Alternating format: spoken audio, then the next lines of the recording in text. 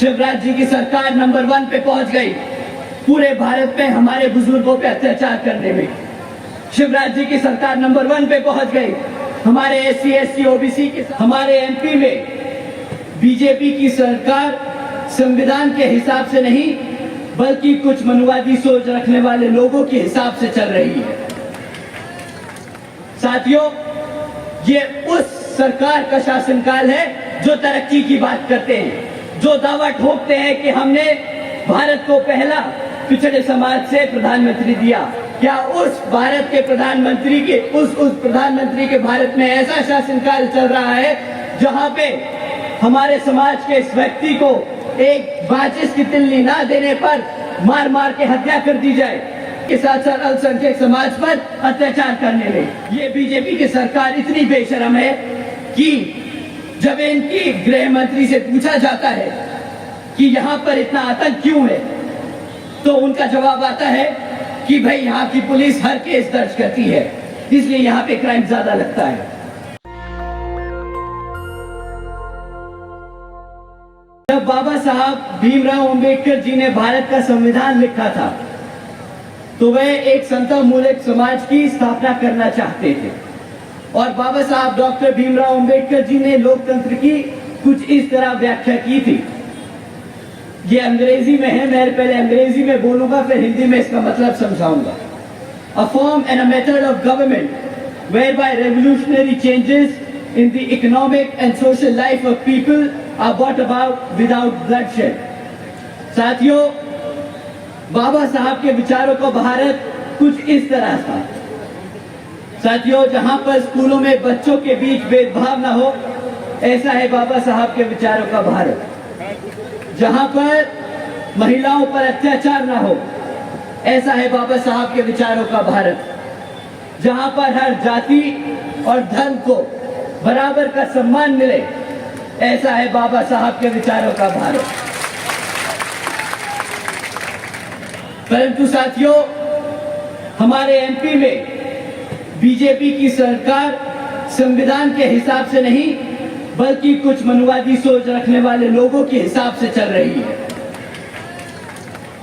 साथियों, श्रीमती भारती कसडेकर जी और उनके परिवार के बारे में आप सभी जानते हैं कि किस तरह इनके परिवार के 5 सदस्यों की हत्या कर दी गई।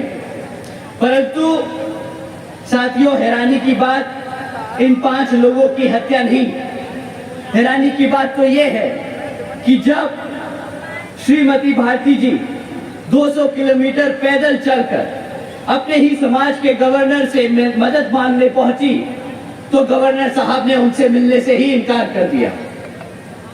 जिस सरकार में अपने ही समाज के लोग मदद करने से इनकार कर दे, वो सरकार के बारे में मैं क्या ही कहूं। साथियों, क्या इसी तरह की सरकार को आपने वोट करके सत्ता में लाने के लिए कहा था? जवाब दीजिए साथियों, क्या ऐसी सरकार को हक है सत्ता में बैठने का जो अपने समाज की मदद ना कर सके? साथियों, आपने रामजी लाल अहिरवार जी का भी नाम सुना होगा। जी साथियों, मैं उन्हीं रामजी लाल अहिरवार जी की बात कर रहा हूं जिनकी 2 मनुवादी सोच रखने वालों ने पीट पीट कर हत्या कर दी सिर्फ इस बात पर कि उन्होंने उन्हें सिगरेट के लिए माचिस नहीं दी। साथियों, ये उस सरकार का शासनकाल है जो तरक्की की बात करते हैं, जो दावा ठोकते हैं कि हमने भारत को पहला पिछड़े समाज से प्रधानमंत्री दिया। क्या उस भारत के प्रधानमंत्री के उस प्रधानमंत्री के भारत में ऐसा शासनकाल चल रहा है जहां पे हमारे समाज के इस व्यक्ति को एक माचिस की तिल्ली ना देने पर मार मार के हत्या कर दी जाए? बताइए साथियों, ऐसा है क्या ये भारत? साथियों, अभी 4 दिन पहले की बात है, आप सबने सुना होगा कि किस तरह एक 15 साल की बच्ची का बलात्कार कर उस उज्जैन की सड़कों पर फेंक दिया मरने के लिए।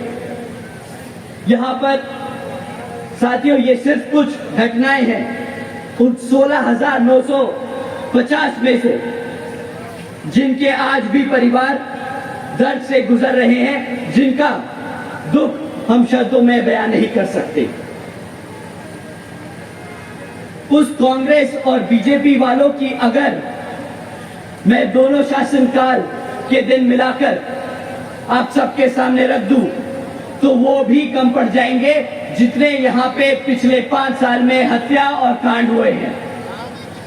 पर अब और नहीं साथियों, अब कमलनाथ जी और शिवराज जी को ना हम भूलने देंगे और ना हम उन्हें कभी बता देंगे। हम उन्हें बता देंगे कि पिछले 5 साल में 16,950 से हमारे परिवारों के सदस्यों के अत्याचारों का बदला हम मध्य प्रदेश की हर एक विधानसभा पर बसपा का परचम लहरा कर लेंगे। साथियों, शिवराज जी ने वादा किया था बहुजन समाज को प्रतिनिधित्व देने का। साथियों, शिवराज जी ने वादा किया था हर वर्ष 10 लाख नौकरियां देने का। साथियों, शिवराज जी ने वादा किया था सरकारी कॉलेजेस में मुफ्त शिक्षा देने का। साथियों, आज मैं आप सबसे पूछता हूं, क्या उनमें से कोई भी वादा पूरा हुआ? कोई भी वादा पूरा हुआ? साथियों, उन वादों को तो ना ही पूछे तो अच्छा होगा, पर जो काम इन्होंने हर करके दिखाए हैं वो काम मैं आपके सामने एक बार रख के दिखाता हूं। शिवराज जी की सरकार नंबर 1 पे पहुंच गई पूरे भारत में हमारे बुजुर्गों पे अत्याचार करने में। शिवराज जी की सरकार नंबर 1 पे पहुंच गई हमारे SC, ST, OBC के साथ साथ अल्पसंख्यक समाज पर अत्याचार करने में। शिवराज जी की सरकार नंबर 1 पर है हमारी बहन बेटियों पर अत्याचार करने में। साथियों, ये बीजेपी की सरकार इतनी बेशरम है कि जब इनकी गृह मंत्री से पूछा जाता है कि यहां पर इतना आतंक क्यों है, तो उनका जवाब आता है कि भाई यहां की पुलिस हर केस दर्ज करती है, इसलिए यहां पे क्राइम ज्यादा लगता है। साथियों, जब कोई आदमी ये सफाई दे तो सिर्फ 2 चीजें सामने आती हैं। पहली तो या तो हम सब पे वो उस पद पर बैठ के बहुत बड़ा एहसान कर रहे हैं, या फिर वो आदमी बहुत ही बड़ा बेवकूफ और निहायती गधा है। दोनों ही मामलों में साथियों उस आदमी को पद पर बैठने का कोई हक नहीं, और जिस मुख्यमंत्री की सरकार में ऐसे काम होने लगे उस मुख्यमंत्री को भी उस सत्ता पे बैठने का कोई हक नहीं। तो साथियों, आज इन्हीं हरकतों की वजह से बीजेपी घबराई हुई है और उन्होंने अपने केंद्र मंत्री को यहां पर चुनाव लड़ने के लिए भेजा है। पर यहां शायद वो भूल गए हैं कि बसपा ने यहां पर 2 बार मुख्यमंत्री को हराकर वापस भेजा है, तो ये केंद्रीय मंत्री आपके सामने कुछ नहीं। तो साथियों, अब समय आ गया है कि इस घड़ी इस बेकार सरकार को जवाब देने का। साथियों, इस चुनाव में आपको इनके खिलाफ वोट डालकर बसपा को विजय बनाना होगा। और साथियों, कांग्रेस तो इतनी नालायक है कि बेचारों के पास इतने साल सत्ता में रहने के बाद भी आपके बीच आकर कुछ काम बताने को नहीं है। आती है, हर 5 साल में एक मैनिफेस्टो जारी करती है और फिर भूल जाती है। और उसके पास सबसे दूसरा बड़ा हथियार क्या है? हमारे को रोकने के लिए, हमारे साथियों को गुमराह करने के लिए कि बीएसपी बीजेपी की बी टीम है। वो ज्यादा से ज्यादा बस यही बोल सकते हैं। साथियों, ये आपको गुमराह करने के हथकंडे हैं और कुछ नहीं। इनके इस हथकंडों से आपको घबराना नहीं और आपको बिखरना नहीं। सरकार से वो बेचारे घबराते हैं।